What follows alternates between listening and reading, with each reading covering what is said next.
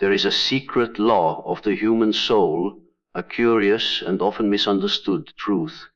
We are, all of us, possessed of a spirit that instinctively resists the direct command.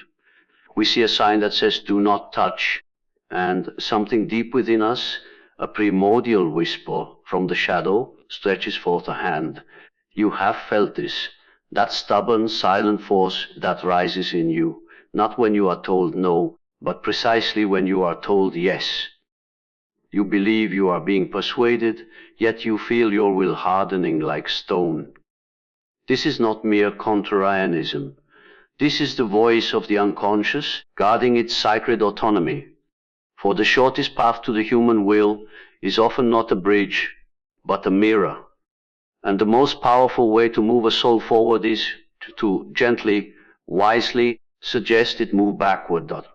There is a peculiar truth that every parent discovers in the quiet struggle of the evening, a truth that every leader glimpses in the strained silence of the boardroom, and that you yourself have felt in the sudden, stubborn hardening of your own will when a command is issued too directly. It is the undeniable, almost magical force of the unbidden yes. Consider for a moment the last time you were explicitly told what you must do. Feel in your memory that subtle tension, that invisible wall that rises within the psyche, not out of malice, but out of a deep, instinctual need to protect the sanctity of the self. We are, at our core, creatures who cherish the illusion of our own autonomy above almost all else. To be told, to be commanded, is to feel that autonomy threatened, and the soul's first, most primal response is to resist, to push back, to assert its own existence through defiance. This is not a flaw in our character. It is the very architecture of the unconscious will, a defense mechanism as fundamental as the fight or flight response. It is the shadow guarding the gate. Yet, what if this very resistance, this automatic no, could be transformed into the most powerful engine for a yes? This is the unspoken path, the secret law of reverse intention. It does not seek to break the will, for that is a violation that the soul will never truly forgive. Instead, it invites the will to participate in its own persuasion. Think of it not as a manipulation, but as a form of psychological aikido, using the energy of the other's resistance to guide them gently toward the very outcome you both seek. You see, when you directly insist on a course of action, you make it about your will, your desire, your command. But when you strategically suggest the opposite, when you frame the desired outcome as a territory the other person discovers for themselves, you make it about their will, their insight, their victory. You are not commanding the river. You are subtly digging a new channel, and the water flows there of its own accord, believing it has found its own way.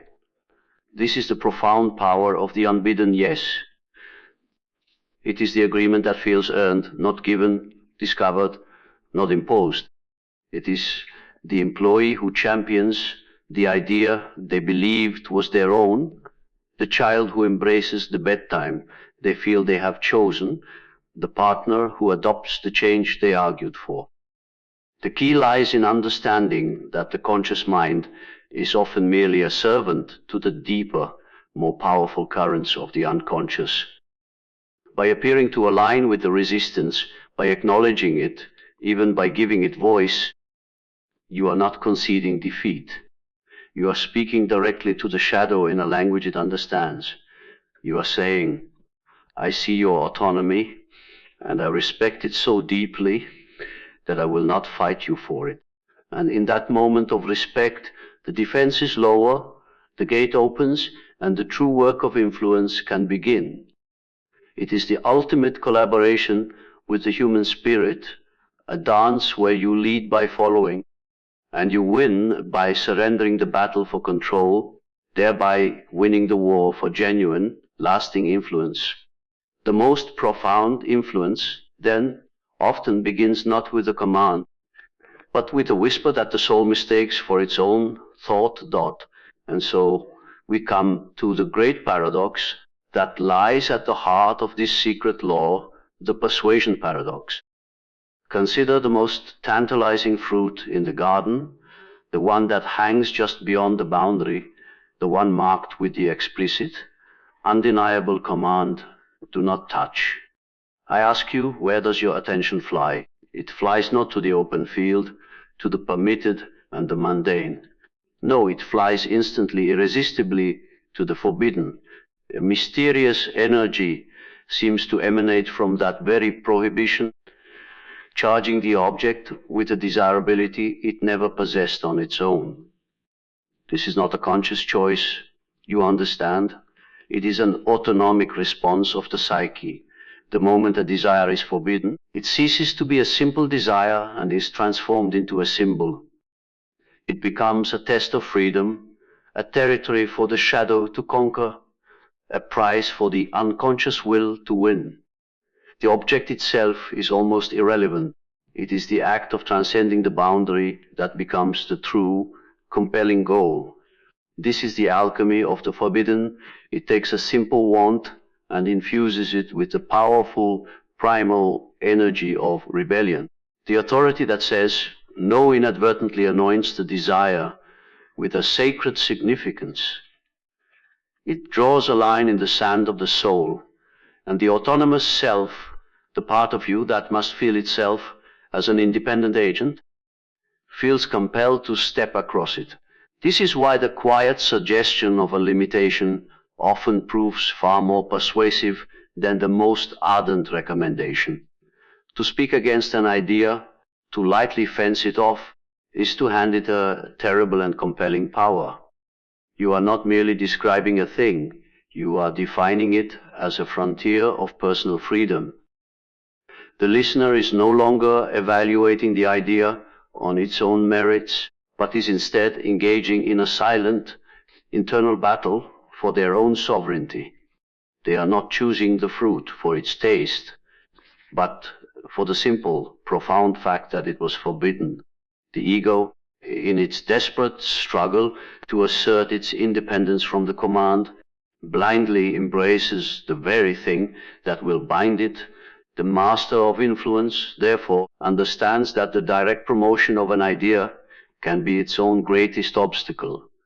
But to gently frame the desired outcome as a slightly forbidden, slightly transgressive, or slightly unattainable territory, this is to speak the native language of the unconscious will.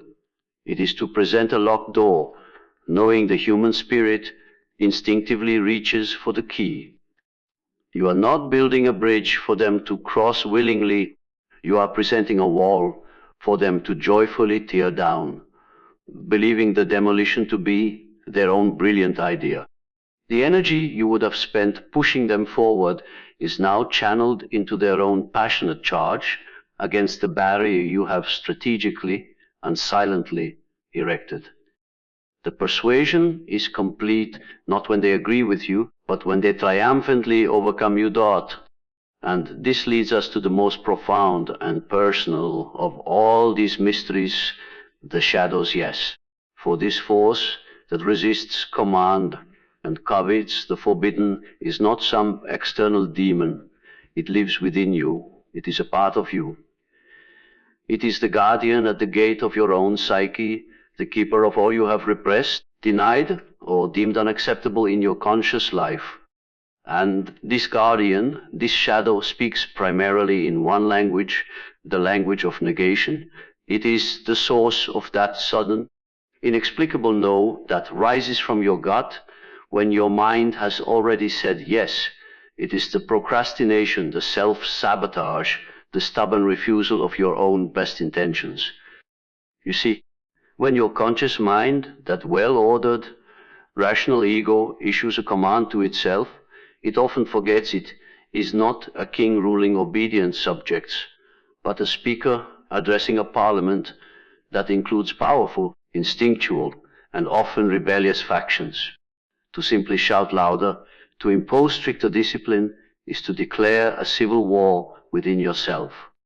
And in that war, the shadow, rooted in the ancient, fertile soil of the unconscious, will always win, Dot.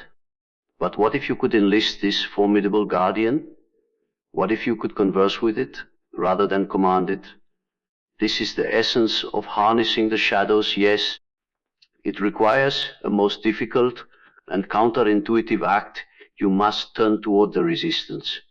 You must, with brutal honesty, acknowledge the part of you that does not want to write that report, that does not want to go to the gym, that secretly wishes to refuse the very demand you have placed upon yourself. You do not do this to surrender to it. You do this to honor it. By giving conscious voice to your own unconscious no, you perform a miraculous act of integration. You bring the shadow into the light. And in that light, its power to sabotage you from the darkness begins to fade. The energy, once trapped in a silent internal struggle, is suddenly released and made available to the whole personality. The technique then is to consciously and strategically articulate the shadow's own argument. To say to yourself, a part of me has absolutely no interest in working today, and perhaps it is right to rest. In that moment, you are not being lazy, you are being diplomatic. You are acknowledging the legitimacy of the resistance. And very often, this simple act of recognition is all the shadow required. Having been heard, its defiant energy relaxes. The guard, having been saluted, stands down. And now, freed from the internal rebellion, the conscious mind finds the path clear. The yes that follows is not forced or coerced. It is organic, wholehearted, and empowered. It is the shadow's yes, and it is the most resilient agreement you will ever know, for it is an agreement with yourself. The greatest persuasion, therefore, is ultimately an act of internal reconciliation, Dot. And so we arrive at the central paradoxical truth that governs this entire hidden landscape, a principle we may call the backwards law. You have felt its presence in your own life, in those moments of greatest frustration, when the very intensity of your effort seems to create the force of its own failure. The more fiercely you grasp for sleep, the more it eludes you. The more desperately you demand happiness, the deeper you sink into sorrow. The more you strive to project an image of confidence, the more powerfully your own insecurity asserts itself. This is not a mere failure of technique. It is a fundamental law of the psyche in action.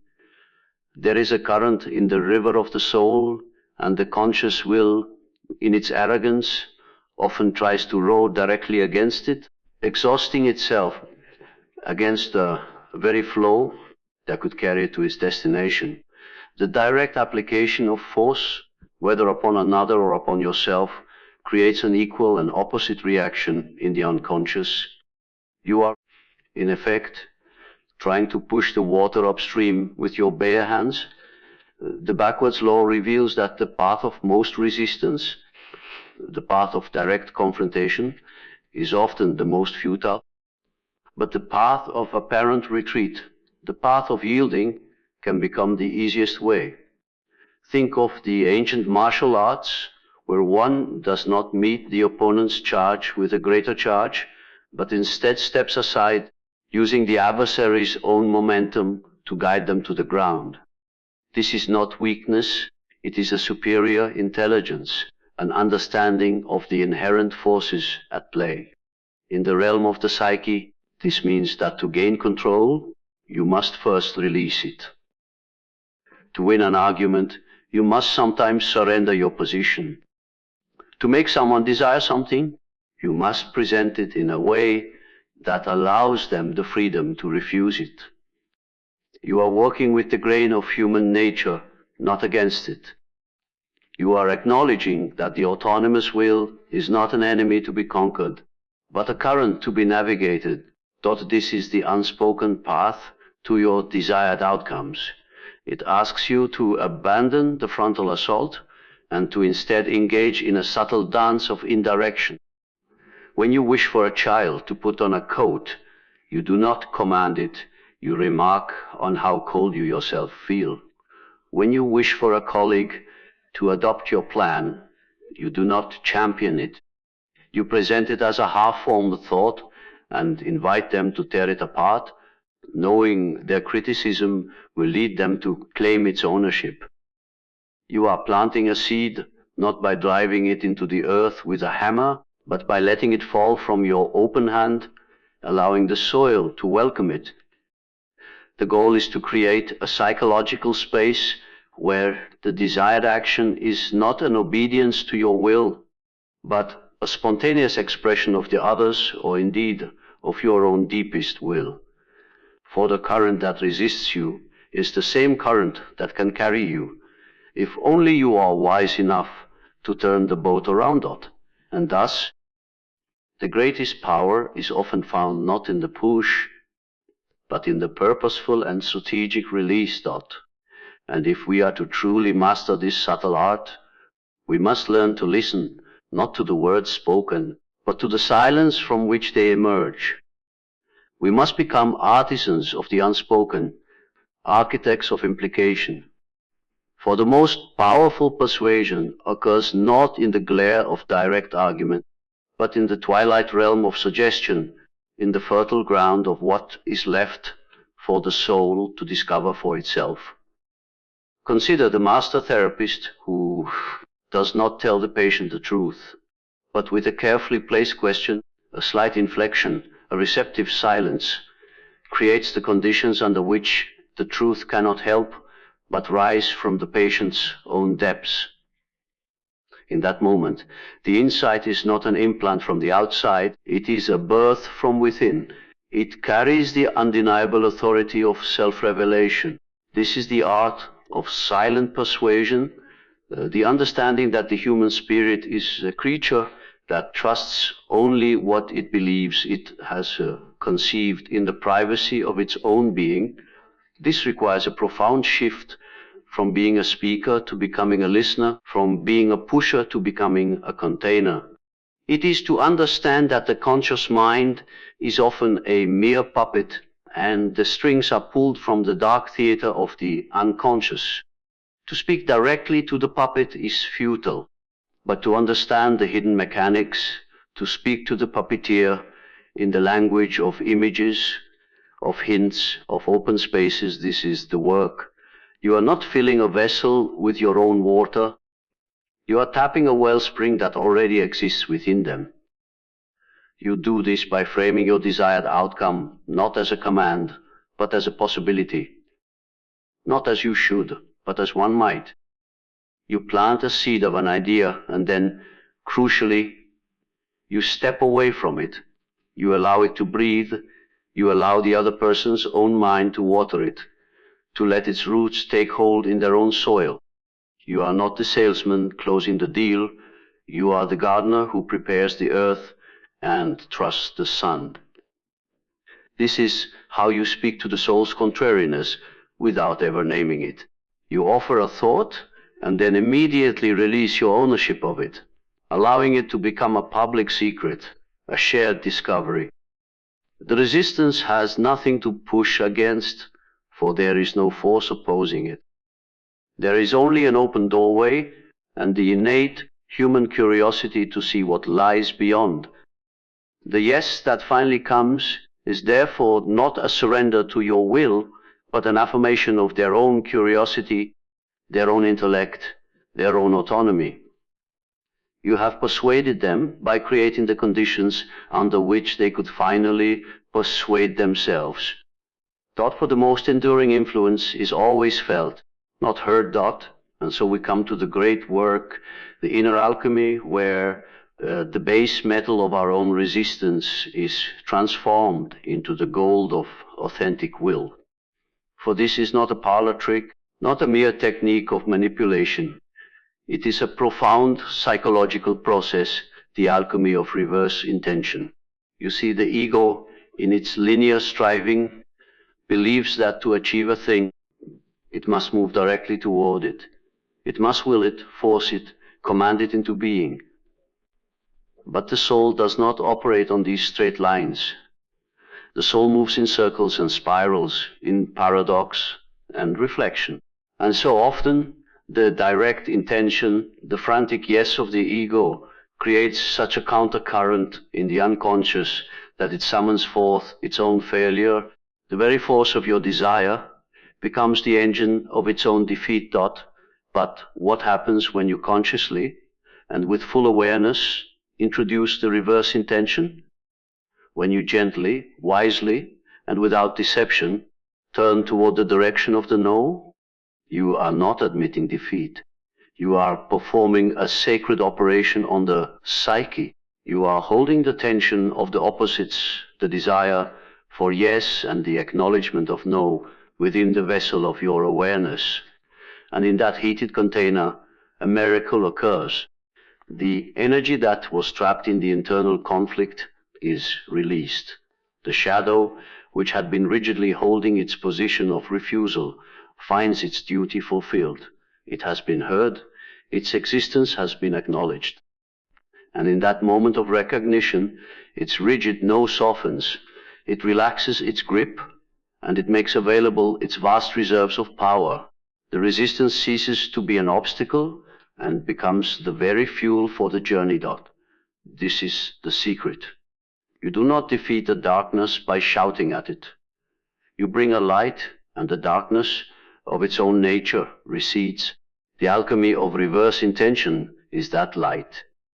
By intentionally and strategically articulating the negative possibility, by giving voice to the fear of failure, by accepting the impulse to procrastinate, by acknowledging the desire to quit, you are not making it stronger. You are draining it of its hidden, autonomous power. You are bringing it into the realm of the conscious, where it can be integrated. The no is no longer a demon in the cellar, it is a guest at the table. And once it is seated, its nature begins to change. The energy that was bound up in resisting your goal is now freed to achieve it. The no has, through this strange and wonderful magic, become your greatest yes, for the goal is not to live a life without resistance, but to learn the art of making the resistance your ally. And so we arrive at the ultimate realization, the principle that contains all others, the final movement in this symphony of the soul. We have spoken of the unbidden yes, the forbidden fruit, the shadow's consent, the backwards law, the silent persuasion, and the alchemy of intention. But what is the source of their power? It is this: the ultimate influence is won not by conquering another's will, but by surrendering the battle for it. For the will is a wild, sovereign thing, and it recognizes only one true master, the self. To approach it with force is to declare yourself its enemy. To approach it with strategy is to make yourself its manipulator. But to approach it with a profound and authentic respect for its autonomy, to genuinely release the outcome, is to make yourself its ally. In that moment of true surrender, a mysterious transference occurs. The will, feeling no pressure, no threat to its sovereignty, relaxes its defenses. And in that spaciousness, it may choose of its own free and uncoerced volition to align with your own. This is the final and most difficult mastery. It is the mastery of non-action. It is the understanding that the most powerful position is often one of receptive openness, not aggressive pursuit. Think of the fisherman who does not chase the fish, but casts his net and waits with infinite patience.